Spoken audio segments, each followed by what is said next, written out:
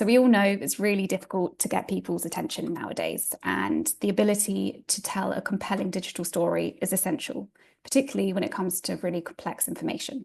So that's why I'm really excited today to have guests from the Rutgers University for the study of global racial justice. We have today Dr. Michelle Stevens, who's the founding and executive director of the Institute.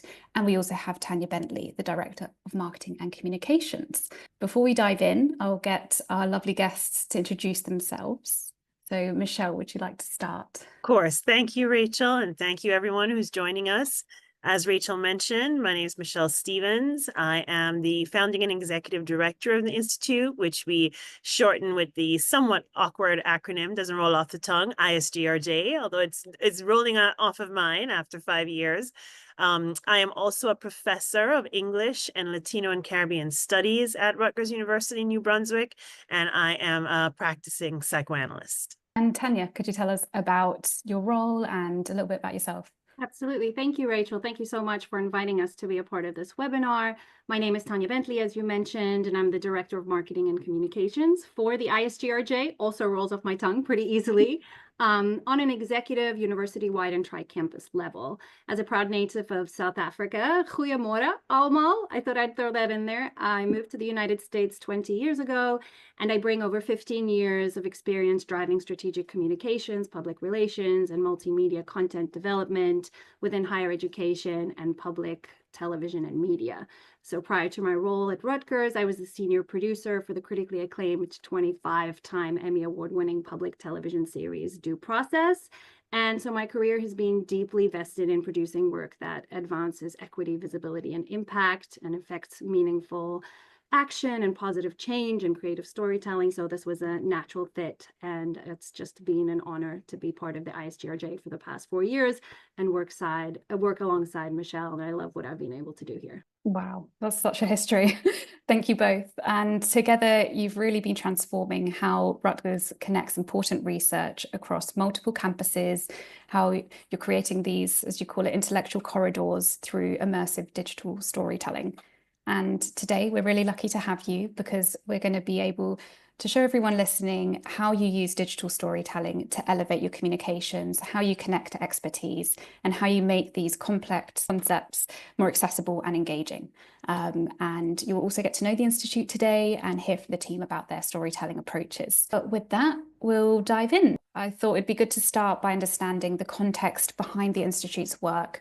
The Institute for the Study of Global Racial Justice was founded during a really pivotal moment in 2020. If you could tell us a bit more about the Institute's mission and strategic vision, that'd be great.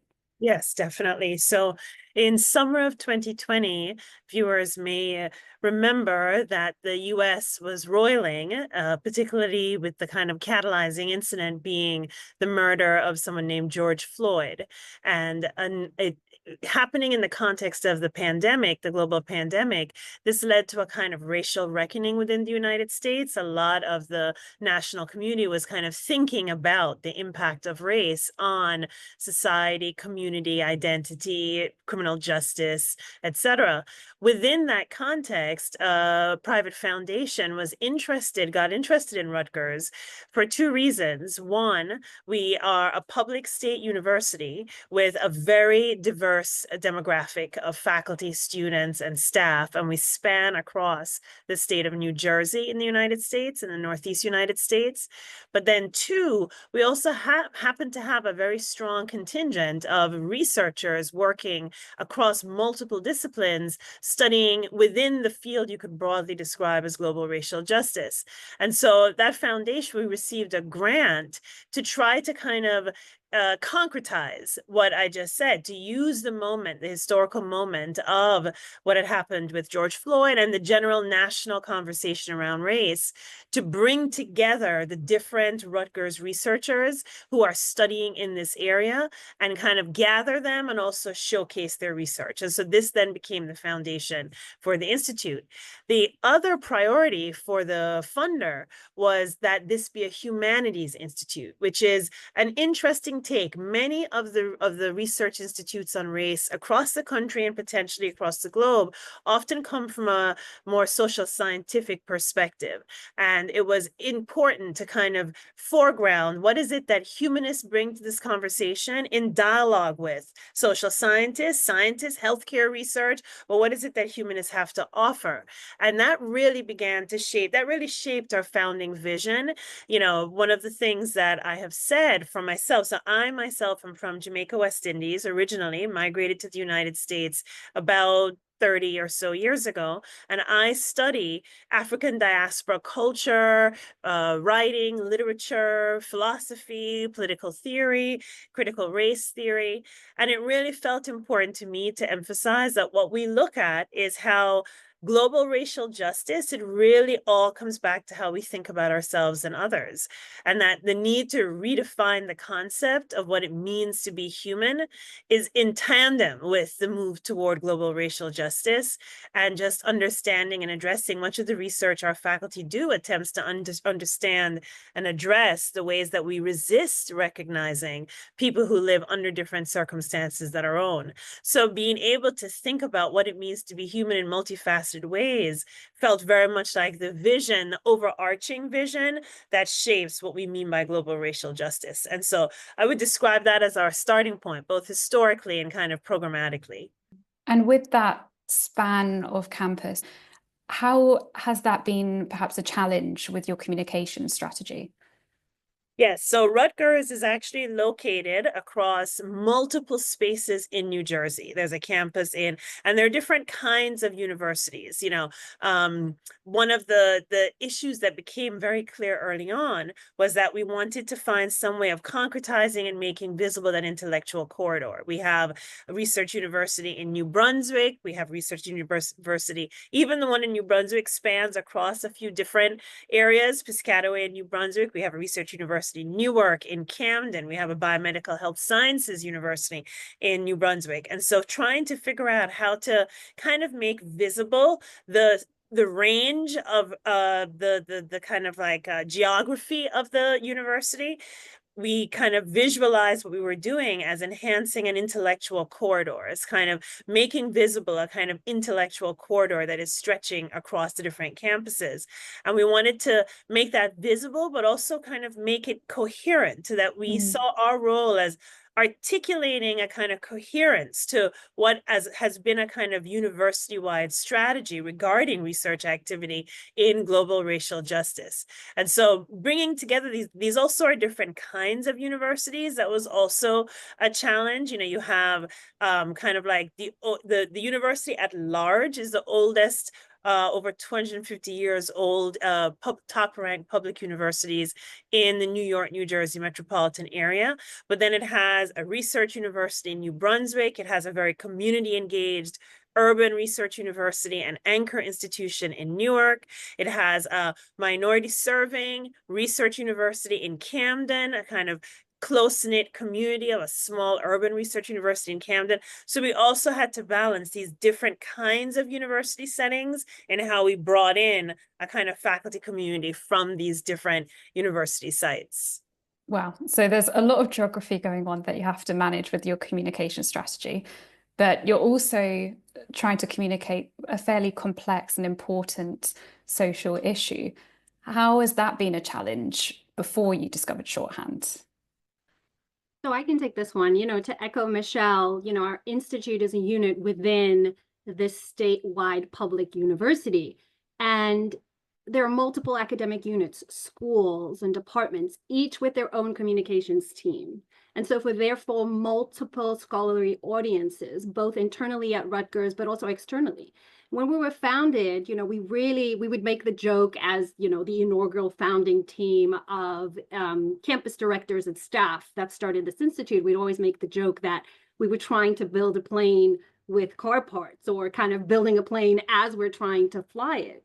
So we were founded, we initially only had our newly developed website and some email contacts, and the need for my role became apparent, and I worked on growing our constituency really from the ground up. So starting our social media channels, making us visible, and not competing with, but rather enhancing other modes of communication across Rutgers. with the goal of reaching, and when you think about the numbers, our goal was reaching over 67,000 enrolled students, over 27,000 full and part-time faculty and staff. And prior to the Institute's foundation, there was already so much research and work happening within the racial justice space across Rutgers, but so many of it was siloed across these different campuses and units and departments in school. It was very rare that it reached other parts of the university. And so that's where we come in, and that's where my role. And then within that comms strategy, how has Shorthand come into things, and how does that align?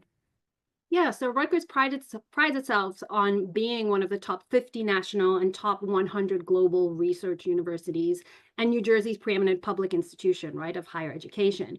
So as such, there's a strong focus at Rutgers on academic excellence and commitment to scholarship and service, and serving as a change agent for the betterment of society, right? And what Shorthand has allowed us to do very effectively and uniquely and in a very beautiful, compelling, and engaging way is to elevate that mission, elevate that strategy, and showcase that academic research excellence at Rutgers, which is very important to the university's mission. The second thing it's allowed us to do is to highlight the people behind this groundbreaking research. You can talk about research as a construct, right? Leading scientists, scholars, artists, practitioners, Rutgers faculty who have come to New Jersey from across the nation and really around the world. And this international installation of minds is forging new paths for discovery and research. And again, that research was happening, but in a very siloed way. And so what we were able to do is elevate and promote it in a way that is transformative and has an impact on a wide audience, not just at Rutgers, but publicly across community partners, non-governmental organizations, industries, foundations, other partners. We've really helped to amplify the university's message beyond. Amazing. And one of these first stories was a newsletter. Would you be able to talk us through this newsletter? Sure. So before I get to the newsletter itself, I'd like to talk about our story in discovering Shorthand, if that's okay with you, and immediately recognizing the value and our need to have it. I remember calling Michelle after seeing this and saying, this is something that we absolutely need to have as a storytelling tool that would further our mission.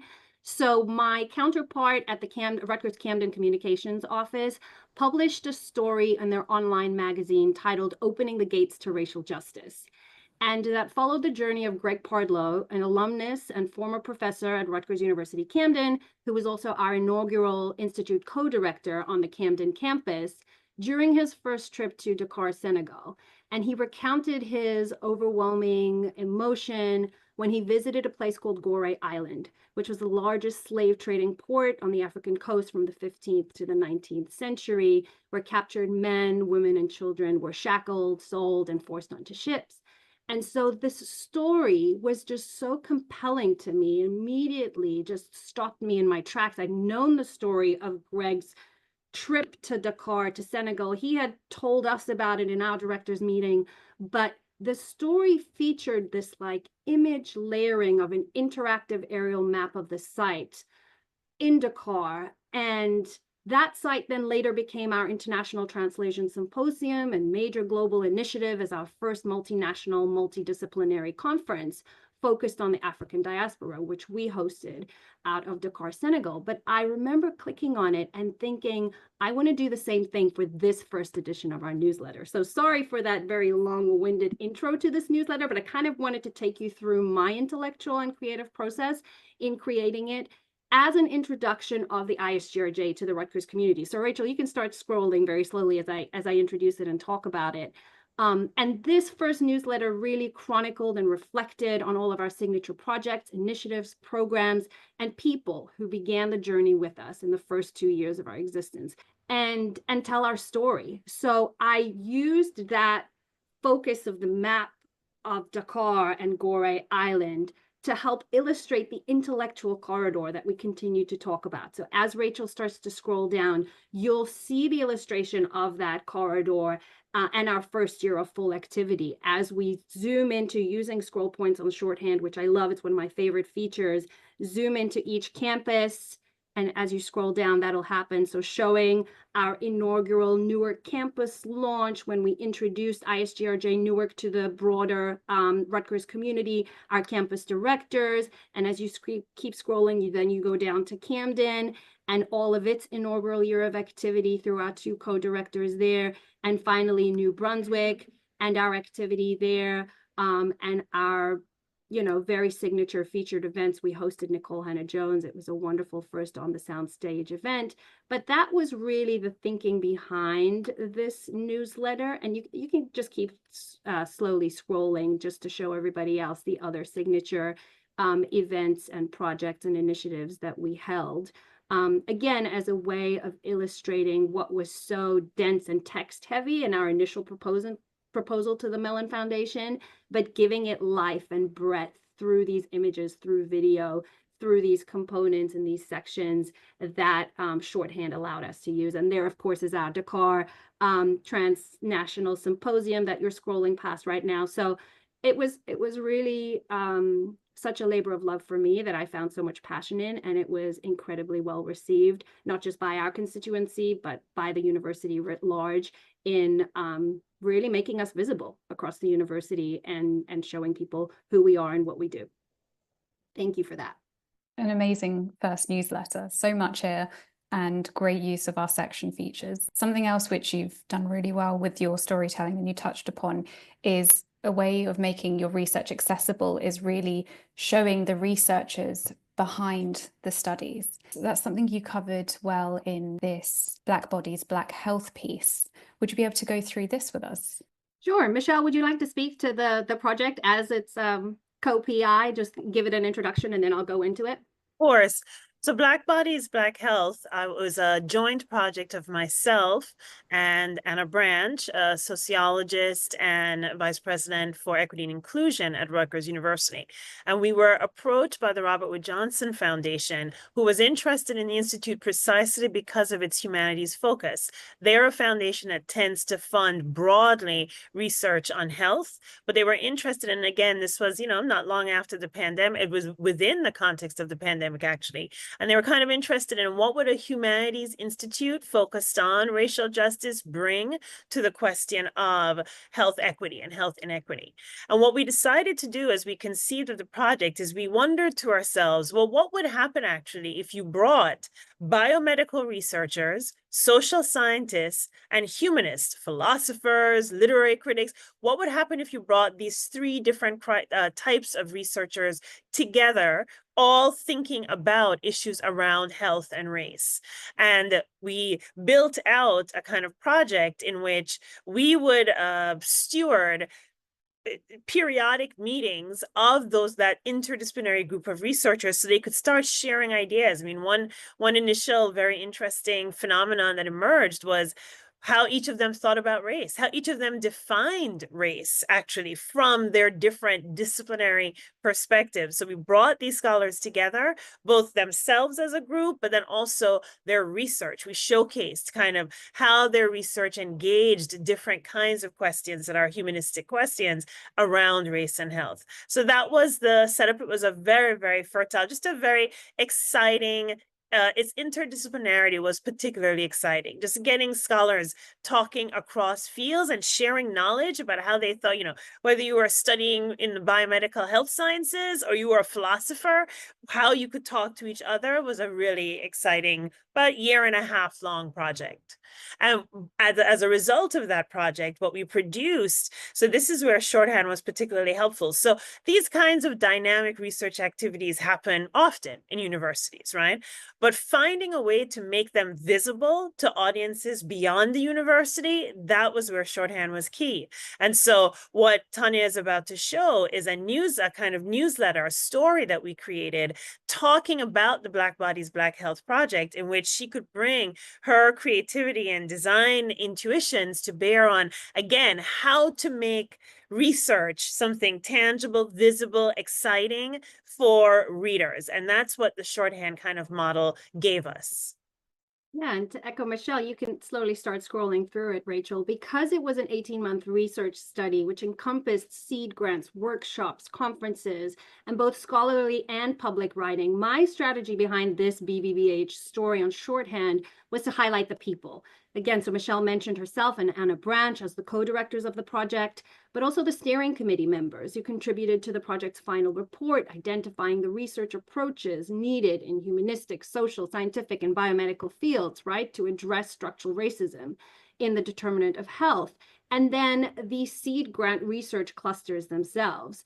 So if you keep scrolling, you're going to see all 4 of them here. You're also going to recognize this section. It's one that I've used before. It's one of my favorite ones. But this takes you through each of those seed grant clusters: physician education, the carceral state, environmental racism, and Black bodies. And as you keep scrolling, then you meet the research teams of those grants and read all about their research outcomes, what they produced. This was one that was particularly interesting. It was an app that was developed to find physicians. This was one about that focused on newborns in the NICU. So being able to get really creative with it visually and making it not just visible, but transformative and impactful and just compelling for the viewer, for the user to continue to scroll through, to see the people behind these research clusters and stories, was something that I loved to delve into. And then the final thing that I'd like to show in this, the media gallery, which I thought was so effective. And what we did,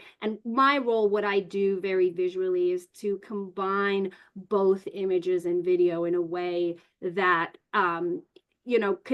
further drives the impact. And so this media gallery that you're looking on right here has 4 recap videos of the 4 research clusters. And I just love this section, this component of Shorthand, that they're able to autoplay. I could put all 4 of them together. And, as you've seen the faces of those people in the component prior and read about their stories, then you could click on the videos to learn more. Really encapsulated the entire project, made it visible and really interesting and compelling. It's one thing to produce a report on a project 18 months later, and something else to be able to work on these tangible, really illustrative and creative deliverables that people can enjoy. And to this day, I worked on this for, a solid 2.5 years. I love going back and rewatching the stories and rewatching the videos and just remembering the process of putting it together creatively. Such a fantastic story. And as I've said before, you've made a great use of our features. It's so good to see 4 videos in one place because we can absorb all of that visually. You've touched upon one of the features that you love, which is scroll points. I think that is a great way, as you said, to show things, such as with a map. It's a really easy way to point and hone into different elements of a design and add more information. And the media gallery feature as well has been excellently used in this story. Something which you've also touched upon, but just to elaborate a bit more, is this dilemma we all have with the balance of text versus media, and especially when it comes to research, just how do you navigate the selection process of and balancing basically the visuals and text? How do you approach this? I'll take this one because I have to lead with a funny story, which was soon after the Institute was founded and Tania came on as our Director of Communications and Marketing. She started to try to talk me through social media. And I was, why do we need it? Like, we'll have our website. And that's just a kind of first instance of where I was starting from. I have a child in their 20s, and it is now so clear to me how the world of social media, the world of the digital, it is a different, they're having it's a different technological generation. And so that requires also kind of thinking a bit differently. I'm an English professor. Text is everything to me, right?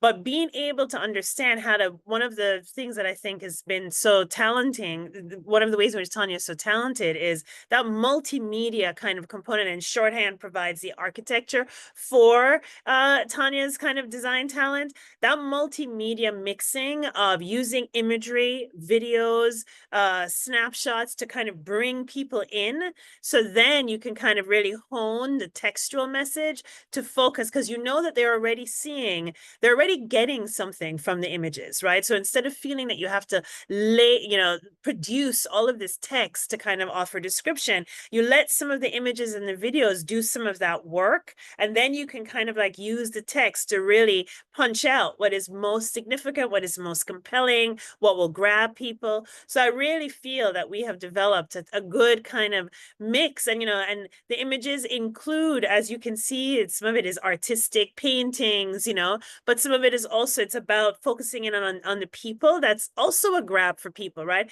Stock images where they're not really recognizing any faces, sometimes we have to use them, but whenever we can, we try to replace a stock image with something that has Rutgers students, Rutgers faculty, people that others can recognize as a part of their community. And even to create a sense of community, again, given that tri-campus, having myself as an English professor in New Brunswick suddenly see an English professor in New York, what they're doing, right? So all of that, I think, is a part of how we've tried to make this multi-mediated environment work to help us tell our story. Yeah, and I just wanted to add to that, if that's okay, because my background in television and journalism, I think the way that it further benefits what I do here is when we do have to use that text, and I'll often say to Michelle, all right, this is too academically dense, and I get, the research is important and it needs to be there, but I always approach it from the point of view of how do I incorporate text into the story? And I use the same approach that I did when I was a freelance television reporter and a producer, and which is like, how do I tell the story as though I was telling it to a friend or a neighbor or a family member in a conversational layperson style, but also conveying the importance and impact of the research while making it accessible and understandable to all. So the combination of being very creative with the images and the videos, but then also taking the text and saying, all right, how do I then relate this to somebody who might be, clicking onto our website and clicking onto this link, who lives, on a different country, on a different continent, and is accessing it for the first time and may not know about Rutgers, may not know about New Jersey, much as the introduction to this webinar. How do I relay this research and information in a way that is accessible, impactful, and meaningful? If we move on a bit on the impact and the process behind things, I think that would be really interesting. And thought to start with asking how you measure the success of a story. Yes. So I know for me, I have two. One, again, is about, it's related to the gathering aspect of the Institute. It's about how people are responding. So, for me, hearing how various students, faculty are engaging with the material that we're putting out, whether they are feeling good, whether the Institute actually, even we're only 5 years in, and actually our first year was a quiet building year. So we're really only 4 years in. We're in our 4th year. And the amount of a sense that people at Rutgers have of the Institute's presence, almost like we've been here for a while, that to me is a sign of the work that we have done well in creating the feeling of something that exists, especially since it's also spread across these different campuses. It's not so easy to see a building and say that's the Institute for the Study of Global Racial Justice. Its identity actually is quite important on the digital platform. That's in a sense a big part of where we are. And so for the people to be able to say, I love that story you did about my project. I loved, the event that you just covered. So we get a lot of feedback, and I'm often listening for that feedback to help guide me in how the Institute is reaching people and being received by people.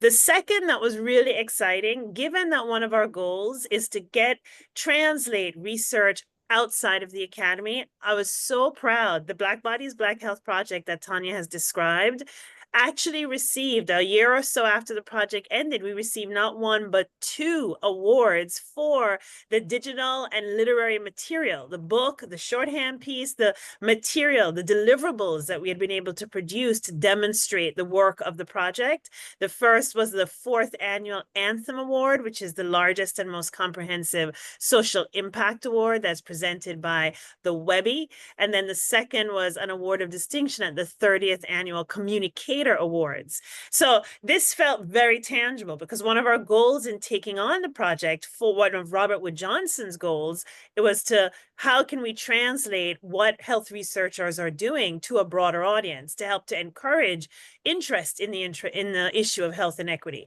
So it felt like these awards, they just kind of acknowledged that we had been able to do something from a communication perspective that was very powerful in bridging this gap between research and a broader non-academic audience. So those, I think, would be the two. It's what the people here at Rutgers are saying about what we're doing, how much they know about us. It's one metric. And then what kind of, notice that we're getting outside of the university gives us a feeling for how our outreach, right? Who's getting a sense of us from what we're producing.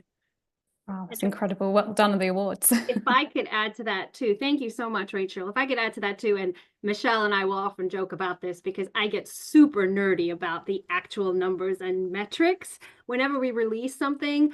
And I'm like, I have to tell you about this. So I publish a story, and one of the things that I do is I go back and I refresh those analytics. And I love that Shorthand gives you that snapshot view of your story. You can just click on the 3 dots and you get your analytics in real time as people are accessing your story and reading it. So I go through our email marketing campaigns, which we announce the stories in, seeing how many of those 5,000 plus emails that we've now built as part of our ISGRJ email lists are opening them, at what time they're opening them. I'm like texting Michelle and saying, the Rutgers president opened our email at, 12:59 p.m. and is reading our newsletter right now. What do you think?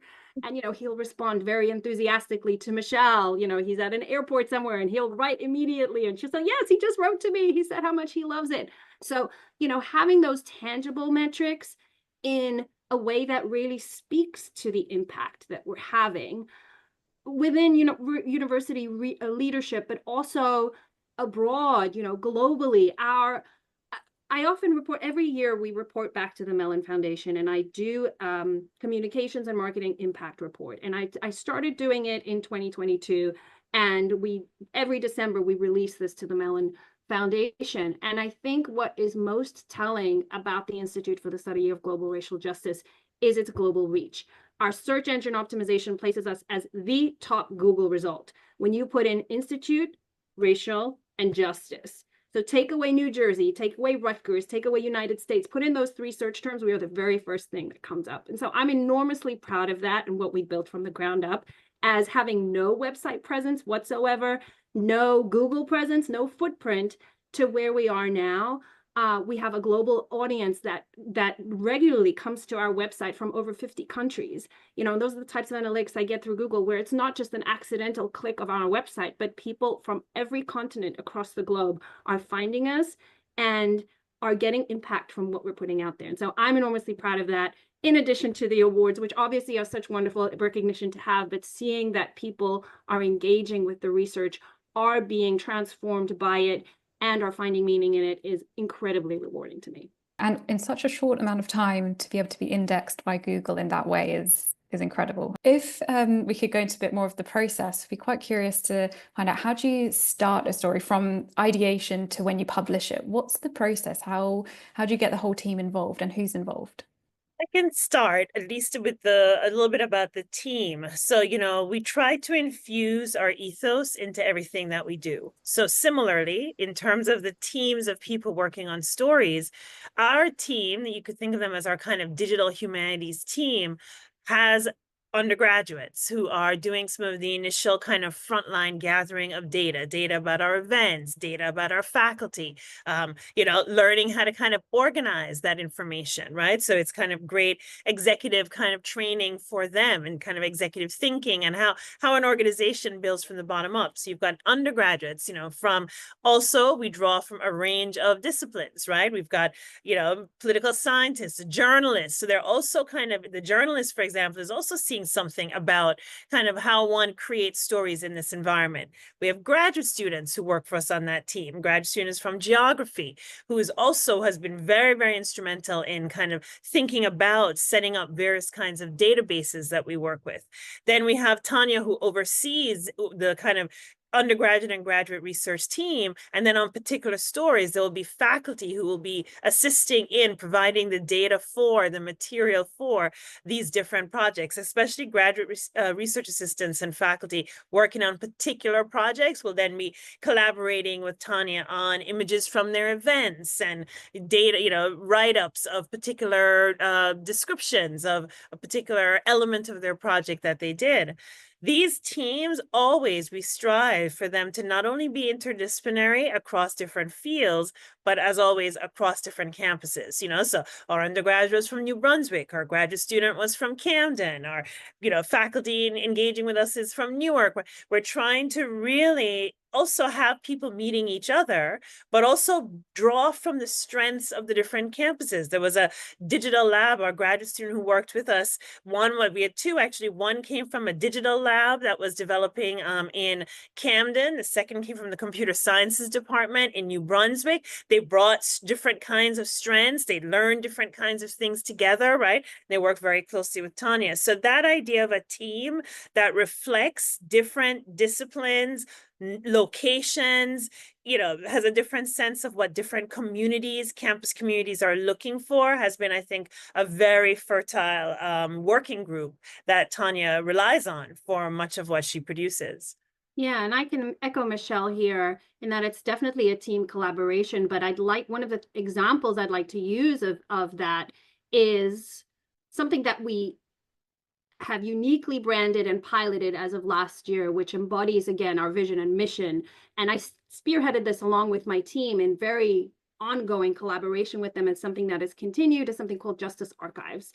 And it's a fully comprehensive, unique archive, first of its kind at Rutgers University and other academic institutions, that through which users can browse any event, project, program, initiative that we've ever had since our founding, by category, by year, by location, to access this fully integrated archive of research projects. And to date, we have 379 events and projects. So we realize that as we host an event or have a project and it passes, that it kind of just like fell off of our website. And that's where shorthand is really key too, because at the end of the year, we're able to encapsulate all of that programming, all of those events, and put it all together in like this really beautiful, immersive, creative, bite-sized package that people can enjoy. And so Justice Archives is a great example of that. It was one that I featured in our most recent newsletter. We don't have time to screen share that, but what I really loved about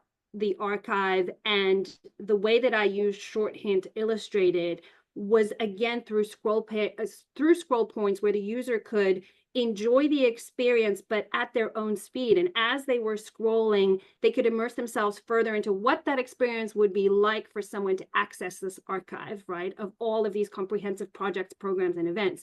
And again, I continue to work very collaboratively with that team that gathered that data on all those events and projects, that put it in a very accessible format. On the back end, we have a fully comprehensive spreadsheet with links to our shorthand stories, to our website, and then the front end. So from conception to the promotion of these events and projects and to the archiving, it continues to be a team collaboration. And I love that we, virtually or in person, as many times as we can, we try to get together in person, but we can work across those different campus units that are geographically so separated. And I can work with such a stellar team. I mean, all of my work, as beautiful as it is, is with thanks to their effort and the tremendous role that they play in helping me put it together. You've described in the past like a chain reaction of interest with shorthand across departments. I just wondered if you could elaborate on that and share the story. We've definitely started a chain reaction. In fact, I think maybe I should talk to your account team, management team about a kickback or something. No, that's just a joke. But it very much is a chain reaction in that we saw the first story come out of Rutgers Camden. And again, it's by virtue of our function at the university. Like, we were able to see that. I was able to call my counterpart and say, how did you do this? They immediately pointed us to shorthand. I immediately said, this is something that we need to have. And, I take a lot of time going through what someone else has done creatively, even if it's something that is completely corporate or nothing to do with academia. But going through other stories, finding out what others have done, how they've created something that's beautiful, and reaching out to them and collaborating. So collaborating across campus units, across, schools, across disciplines, which again, just continues to come back to our founding mission of this intellectual vibrant corridor. So I love it. Thank you. I think there might be some people who are fairly new to shorthand in this call, and I thought it'd be really nice if you could give some recommendations for if they were starting their storytelling journey. Yeah, I mean, my first one I already have mentioned, and that is to collaborate, see what others are doing, see how others are using the creative space to create, these really visual, immersive, vibrant pieces. And then the second thing is just to take your time. And I have to give Michelle all credit here, because throughout the entire scope of my career, this is the first time that I really have had the full creative time allowed to me to delve into all that not just shorthand has to offer, but all of these in the creation of these digital humanities, multimedia, these uniquely founded deliverables that we're continuing to produce, to be able to work on something over the course of several months, like the Black Bodies, Black Health Project, like the newsletter, and really get to immerse myself into all of the different sections. And with shorthand coming up with new updates regularly and new sections and new ways of doing things, I love that I can just take the time to creatively let it happen, right? Organically, as opposed to just pushing out content. And that's very akin to the way that my career has been to date, because I worked in television news, I worked in journalism, I worked on a television show. And so there it's a lot about fast-paced content, get it out, get the story written, get it published, get it to air. What I love about what I do at this institute is that I have the time to really delve into how I want to tell the story. And so much of it is about storytelling in an impactful way. The metrics have proven that. They speak for themselves. Our visibility at the university have spoken for itself. So those would be my top recommendations, is just to, if you're able to, if you are afforded the time, take your time to really think about a story, think about the message that you'd like to convey, get to know the components, and then collaborate. That by far is the biggest thing. Reach out to other professionals, again, in fields outside of your own. Like, I look at corporate pieces on shorthand all the time. I go into your website and look at other stories that other people have done. And, I'll communicate with, my kind of success manager over at shorthand. Hey, how did they do this? Or I'll call a counterpart in Camden or in Newark. And that's the best way that you create the most immersive, beautiful experience for someone. So those are my recommendations. And that's something that we encourage, like, as a community. We have a community platform as well, just to encourage that conversation, and people can ask each other, what section did you use here, as well as our success managers, but just trying to create that space of sharing information. I wanted as well if you could give us a bit of an update on any upcoming projects you had and digital storytelling plans in general. Yes. So the irony is, after starting as being the faculty director who was asked about social media and said, why do we need that? I've now come full circle with training and influence by Tania, and have become more and more invested in creating a kind of digital platform. And that ISGRJ exists in 5 places, the 4 campuses and digitally, right? That's its own site, its own location. And so recently, brainstorming with Tania, we've decided to launch something that we're calling Spotlight, which is really a way in 5 different areas to do now kind of like level up and do more comprehensive conveying of important kind of categories of things happening at Rutgers under the rubric of global racial justice. So we have, for example, every month, this is going to be a monthly Spotlight feature, and all of Tania's team works behind the scenes to help gather this information, where we will kind of showcase research areas, right? So let's say if we pick criminal justice, right? We're not just looking at a criminal justice department. We're literally culling what on criminal justice is happening at Rutgers Newark, Rutgers Camden, Rutgers New Brunswick, putting that together, creating a description, drawing from the different ways the different campuses approach the issue of criminal justice, and then highlighting a scholar from each campus who represents that research area.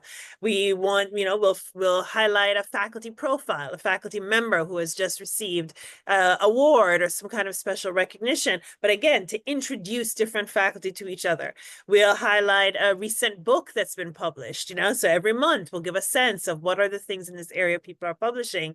We'll highlight archival, different kinds of projects and events, right? Just this past month, we did a very moving event that will be featured about the release of a man who had been incarcerated for 26 years, Tyree Wallace, and what it took, who was innocent. He was incarcerated for a crime he did not commit. And so we're able to kind of highlight and showcase, but in a compact kind of way, like we want everybody now to start getting used to and looking out for, what's the ISGRJ spotlight this month?